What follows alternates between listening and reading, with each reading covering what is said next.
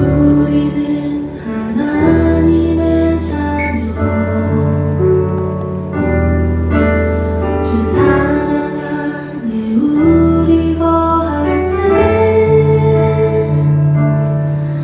주님 나를 사랑하신 것 같이 우리도 서로 사랑할 수 있네. 우리는 주의 몸된 교회 뭐든지 제가 하나 될 때 예수님의 마음을 닮아가며 고통과 즐거움 함께 나누네. 하나님 안에서 우리 서로 이어져 주가 거하실 성전이 되네. 모퉁이 돌 대신 예수와 하나 되게 하신 성령 안에 함께 지어져 가네.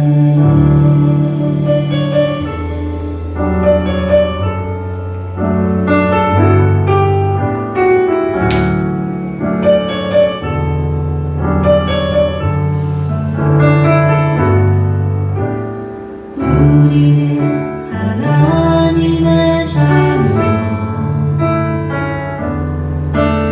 주 사랑 안에 우리 거할 때 주님 나를 사랑하신 것 같이 우리도 서로 사랑할 수 있네. 우리는 주의 몸된 교회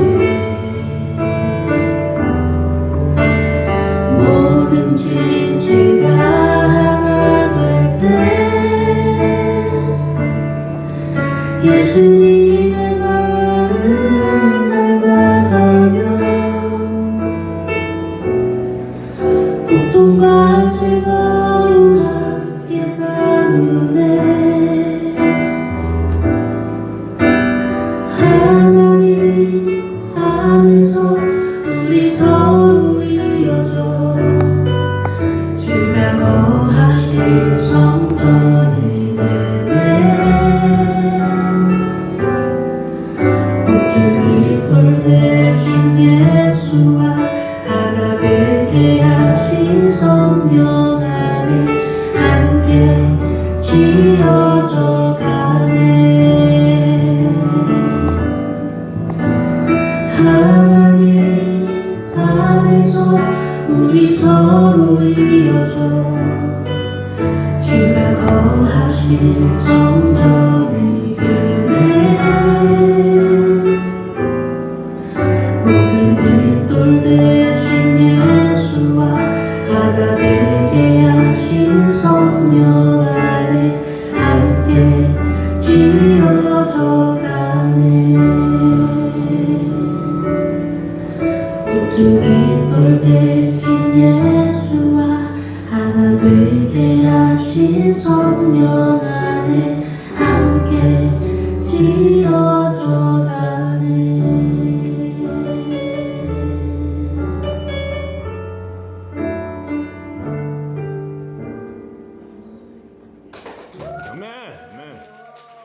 어제 갑자기 다이안 집사님께서 연락이 오셔서 오늘 꼭 수어로 하나님께 영광 드리고 이것이 아마 다이안 집사님의 이번에 결단이 아닌가 싶습니다. 그래서 너무 감사합니다. 다음부터는 해도 돼요가 아니라 무조건 하십시오. 물어보실 필요 없습니다. 할렐루야. 너무 은혜로운 수어 찬양이었습니다. 요한일서 1장 3절 말씀입니다. 우리가 함께 읽겠습니다. 우리가 보고 들은 것을 여러분에게도 전파합니다. 이는 여러분과 우리가 서로 사귐이 있게 하려는 것입니다. 우리의 사귐은 아버지와 그의 아들 예수 그리스도와 함께 사귐입니다. 아멘. 요한일서는 요한이 말년을 보냈던 에베소 지역의 성도들에게 그곳에서 유행하는 어떤 많은 혼란을 가져오게 하는 거짓 가르침으로부터 그들을 깨어나게 하기 위해서 보낸 편지입니다.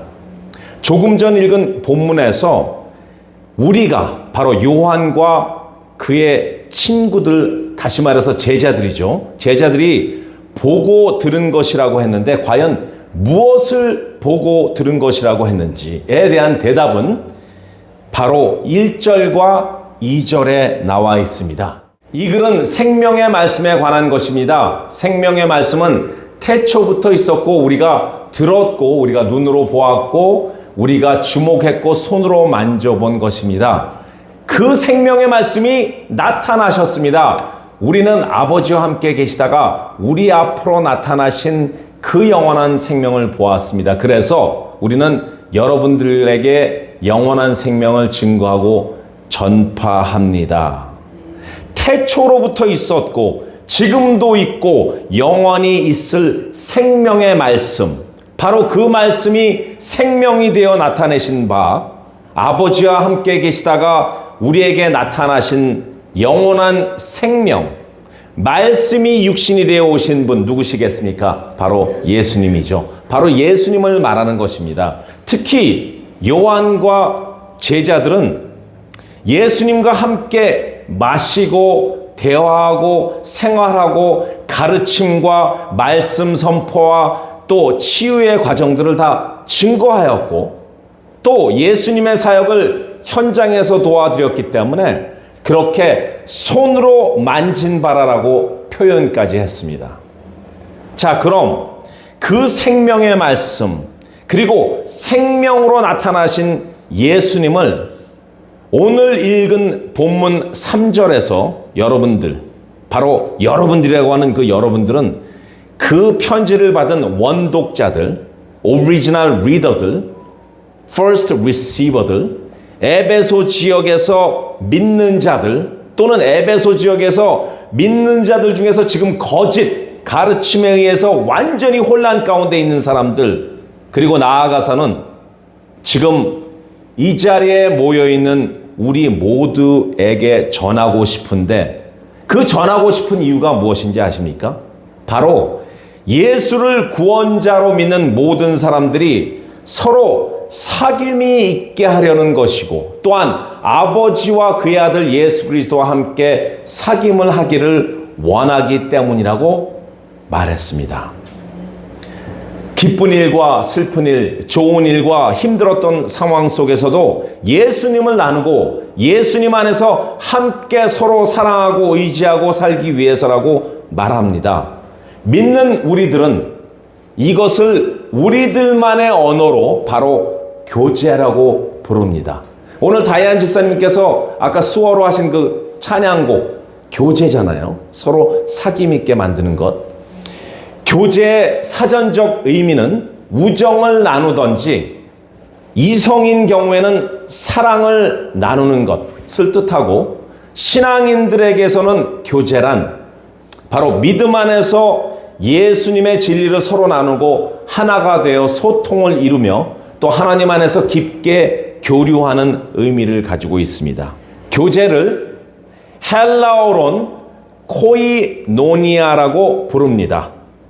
나눔, 공유, 함께, 참여와 연합, 네 것, 내 것이 아니라 우리들 것이라는 의미의 단어입니다.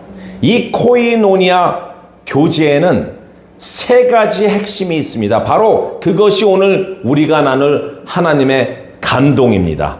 첫 번째, 그 핵심은 바로 수직적 교제입니다. 누구와 누구와의 교제이겠습니까? 하나님과 우리들, 맞습니다. 요한 1서 1절의 고백처럼 우리가 들었고 우리가 눈으로 보았으며 우리가 주목했고 손으로 만져보았다라는 예수님과의 교제입니다. 예수님의 공생애 동안에 제자들은 예수님을 직접적으로 대면할 수 있는 것이 가능했지만 우리들에게는 그 예수님과의 교제가 불가능합니다. 혹시 여러분들 중에서 저 어제 예수님과 저녁을 같이 먹었습니다. 아구찜을 먹었습니다. 이런 분들 계시나요? 없으시죠? 어제 자는데 예수님께서 계속 저한테 말을 계속 걸으셔서 제가 잠을 못 잤습니다. 이런 분들 계시나요? 없을 것입니다. 하지만 이 수직적인 교제는 성령께서 우리에게 허락하신 영적인 감각, 즉 영의 눈, 영의 귀, 분별력을 통해서 삼위일체이신 하나님과 성령님과 예수님과 교제할 수 있습니다. 제가 만약 여러분들께 영적인 감각, 영의 눈, 영의 귀, 분별력을 어떻게 하면 가질 수 있나요? 하고 여러분들께 물어본다면 분명히 모두 말씀, 기도, 그리고 말씀과 기도가 살아있는 예배를 통해서요라고 모범 답안을 외치실 것입니다. 당연히 정답이죠. 그러나 그 정답을 알면서도 정답에 도달하기 위한 과정도 전혀 모르고 또 이것이 정답만 알지 그 문제를 풀 수 없고 정답에는 전혀 무관심하다면 그것은 정답을 그냥 여기저기 돌아다니면서 들었거나 또는 컨닝을 했거나 그냥 유출된 모범 답안을 그냥 읽었거나 아니면 그냥 찍었다고 밖에는 볼 수 없습니다. 그러면 이런 대답을 하실 것입니다. 목사님, 저는 말씀도 읽고요, 기도도 하고요, 예배도 참석하는데 하지만 하나님과의 교제가 절대로 안 됩니다. 말씀을요, 그냥 눈으로 읽는 것만으로는 하나님과 교제가 좀 힘들 수 있습니다. 마음으로 읽어야 됩니다. 마음으로 읽는다는 것은 말씀을 사랑하고 사모해야 된다는 것입니다. 하나의 그냥 루틴으로, 하나의 짜여진 계획으로, 하나의 자기 만족과 자기 자신에게만 충실함으로 오늘 큐티책 본문 이거를 끝내야 되는데 에 집중하는 것이 아니라 한 구절을 읽는데도 어떤 감동을 느끼고 어떤 의미를 주실까 하는 그 기대감, 그 목마름, 그리고 하나님께 대한 신실함이 있어야 된다는 것입니다. 그런 사모함과 기대함과 목마름이 없다는 것은 사랑이 없다라는 뜻 아닐까요? 아니면 옛날에는 그랬는데요, 지금은 아니라면 사랑이 식었다라는 뜻 아닐까요? 없었던 사랑과 식었던 사랑을 되찾는 것은 바로 말씀, 생명의 말씀의 사모함입니다. 말씀을 읽고 또 읽고 묵상하고 말씀으로 은혜를 받고 찡하게 울음을 터뜨릴 수 있는 그런 상황을 꼭 맞이해야 됩니다. 신학자 중 잭 밀러라는 사람의 말처럼 말씀에 빠지고 나니 내 자신이 그동안 생각했던 것보다 나는 더 악랄하고 치사하고 추잡한 것을 깨달았습니다. 그러나 내가 기대했던 것보다 주님께서 나를 더욱 사랑하신다는 것을 체험하게 되었습니다. 나는 그런 감동을 느껴야 되며 또 말씀을 통해서 분명히 그렇게 느끼실 수 있을 것입니다. 왜냐하면 그 말씀은 운동력이 있어 좌우에 날선 어떤 검보다 예리하며 혼과 영과 관절과 골수를 쪼개기까지 하며 또 마음의 생각과 뜻을 감찰한다고 히브리서 4장 12절에 써있기 때문입니다. 말씀에서 감동을 느끼게 된다면 성령이 우리를 지배하게 되고 그럴 때 우리의 영의 눈과 영의 귀와 분별력을 가지게 되고 성령과 드디어 교제가 시작된다는 것입니다. 영의 눈을 가졌다는 것은 지금 예수님께서 무엇을 하고 계신지 아십니까? 지금 에덴 동산에서 모세랑 같이 거닐면서 이야기하고 있습니다. 이딴 굉장히 영적인 척 하는 헛소리 하는 사람들의 이야기가 아니고요. 영의 귀라고, 여러분들 조용히 해주세요. 지금 성령께서 저한테 무슨 말씀 하십니다. 이러한 형제, 오늘 점심 때 김밥 먹으면서 뜨거운 물 드시랍니다. 이런 무당 같은 소리가 아니라, 영적 분별력이란 많이 아는 척, 정말 신비주의만 쫓아다니는 그런 점쟁이 같은 사람들이 가지고 있는 것이 아니라, 말씀에 목숨을 걸면 어느 순간 나도 모르는 사이에 무엇인가 느끼고 감동을 받게 된다는 성령의 선물입니다. 예를 들어서요, 사람들을 처음 만났을 때 그 사람들 입에서 나오는 말이나 행동을 보고, 지금 제가 얘기하는 건 관상을 본다는 얘기가 아닙니다. 그 사람에게서 자꾸 느끼는 어떤 감동이 너무나 은혜가 되고 기뻐지고 축복을 나누고 싶은 그런 느낌들, 여러분들이 저를 만났을 때 항상 느끼는 그런 느낌들만 있어요. 아멘. 딱 두 분만 그러시네요. 또 죄 속에 빠지게 되는 그 순간에 갑자기 마음속에 귀가 열리면서 Don't!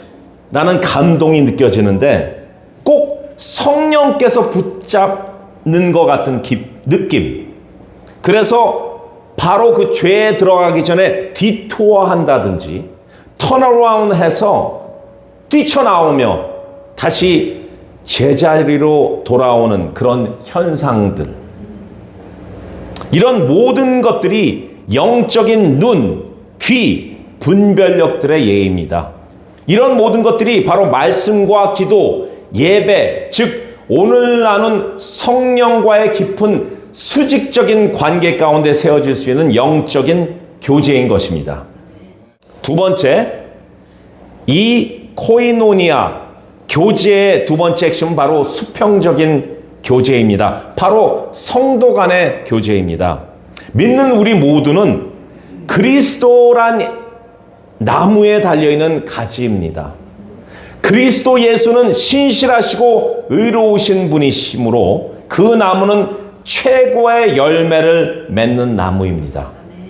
가지인 우리들은 가지에 싹이 나기 시작한 처음부터 열매가 되어 따게 될 때까지 그 열매들을 맺고 있는 정말 중요한 가지들입니다.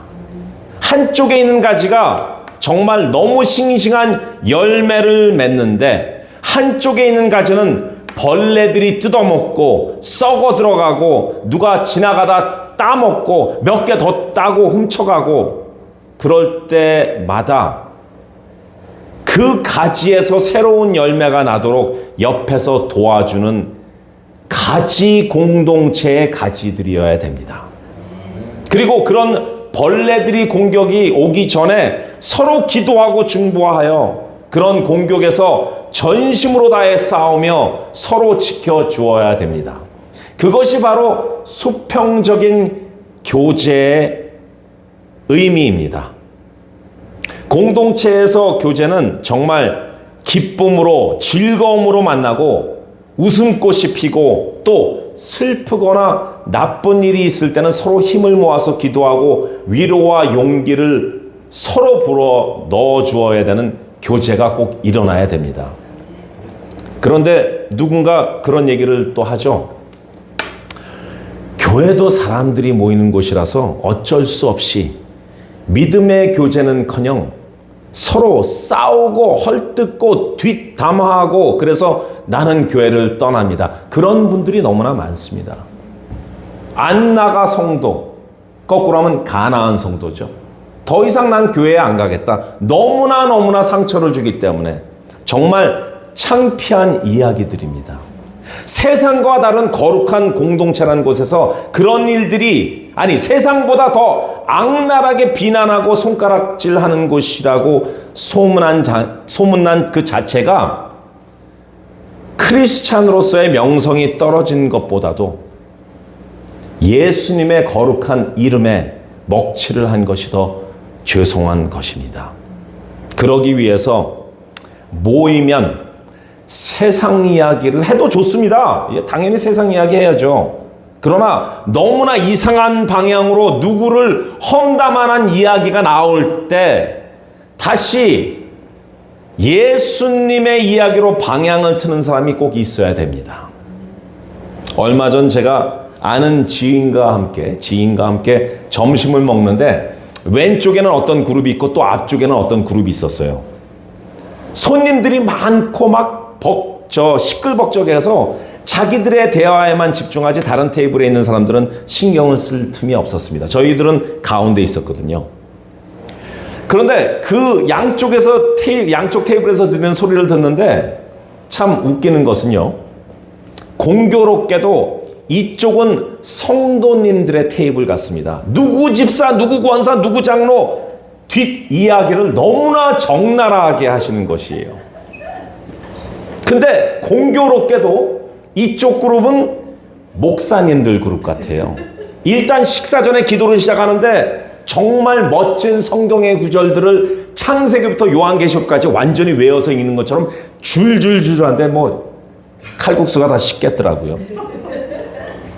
그러면서 말씀들을 하시는데 다른 노예가 어쩌고 다른 협의회가 어쩌고 하시면서 약간 듣기 거북한 동료 목사님들의 뒷이야기를 하시더라고요. 그런데 공교롭게도 저의 지인, 저와 같이 앉아서 칼국수를 먹던 그 지인은 공교롭게도 교회에서 상처를 받고 떠난 분입니다. 너무나 공교롭죠?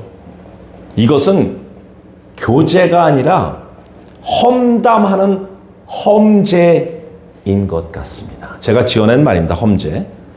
제가 그래서 지은 뭐 이런 거를 잘 짓는 사람이기 때문에 오늘 여러분들이 아시는 랩처럼 라임을 넣어서 한번 만들어 봤습니다. 믿는 모든 사람들의 교제는 혀와 감정을 다스려야 되는 통제. 라임 좋죠? 박수 좀 쳐주세요. 믿는 모든 사람들의 교제는 진정한 교제가 깊은 향으로 전달되는 훈제. 아, 멋있다. 믿는 모든 사람들의 교제는 뒷이야기를 전달하는 중계가 아니라 그것을 중간에서 막아야 되는 중재. 물론 여기서 제자는 저이어야 되지만 그냥 중재라고 썼습니다. 교제의 기준은요, 재미가 아니라 서로가 교제를 통해서 그리스도를 배우는 것입니다. 그리고 코이노니아의 세 번째 핵심은 바로 참여하는 교제입니다. 참여적 교제는요, 함께 책임을 지고 삶을 살아가는 것입니다. 믿는 사람들로서 자기 자신을 책임지고 가족들을 책임지고 속해 있는 공동체를 책임지고 사회를 책임지고 나라를 책임지고 이 땅 가운데 하나님의 나라를 세운 것에 책임을 져야 될 의무가 있습니다. 그 책임을 어떻게 표현하시는 줄 아십니까? 바로 약속을 지킴으로 표현됩니다. 하나님과의 약속, 그리고 성도 간의 약속, 이것을 지켜야 되는 것이 바로 책임을 다하는 크리스천의 책임입니다. 그 책임은요, 거룩하기 때문에 믿음을 가지고 있다면 책임 있는 크리스천들이 돼야 되고 약속을 지키는 그리스도인이 돼야 됩니다. 나는 크리스찬이야. 그런데 전혀 크리스찬으로 살고 있지 않고 그냥 세상 사람들보다 더 연약하게 무너져 있고 위축돼 있고 항상 걱정하고 한순간 한순간 의심과 불안과 공포 속에서 살고 있고 중독에 빠져 있고 우울에 빠져 있고 고립 가운데 있고 교제는 전혀 없고, 이것은 틀린 것입니다. 이런 이야기 들어보셨죠? 한 번 해병은 영원한 해병이다 라는 말과 같이 한 번 크리스천은 창조주 하나님의 영원한 아들, 딸들인데 그런 강력한 영적인 아이덴티티를 무기로 사용하지 못하고 그냥 흔들흔들 여기저기에서 바람이 불면 툭툭 쓰러지고, 그리고 그 강력한 무기인 말씀도 보지 않고, 이것은 잘못된 것입니다. 말씀에 사모하는 것이 우리들의 책임이고 우리들의 약속입니다. 어떤 분이 성경을 필사하기 시작했습니다. 하루에 약 8장을 써내려가는데 한 장당 필사하는 게 1시간이 걸리는 데입니다. 그러면 8장이면 몇 시간이죠?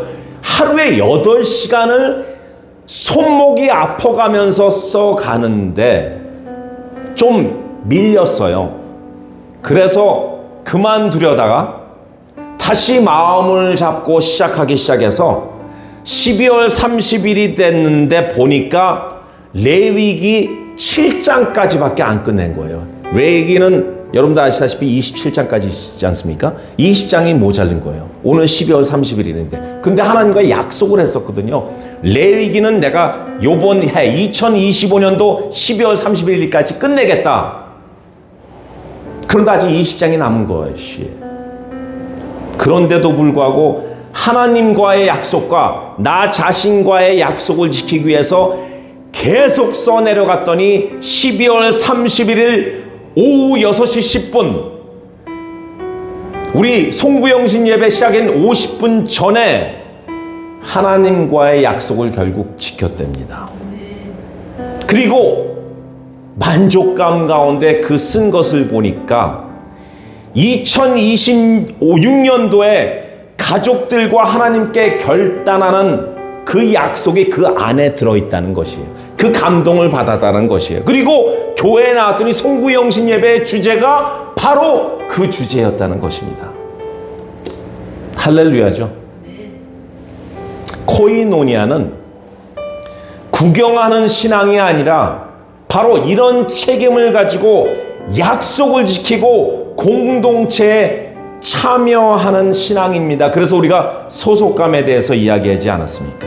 공동체에 참여한다는 것은 이곳에서 복음에 참여, 말씀 나눔에 참여, 기도 모임에 참여, 성도 간의 교제에 참여, 함께 하나님의 나라를 세워가는 것에 참여.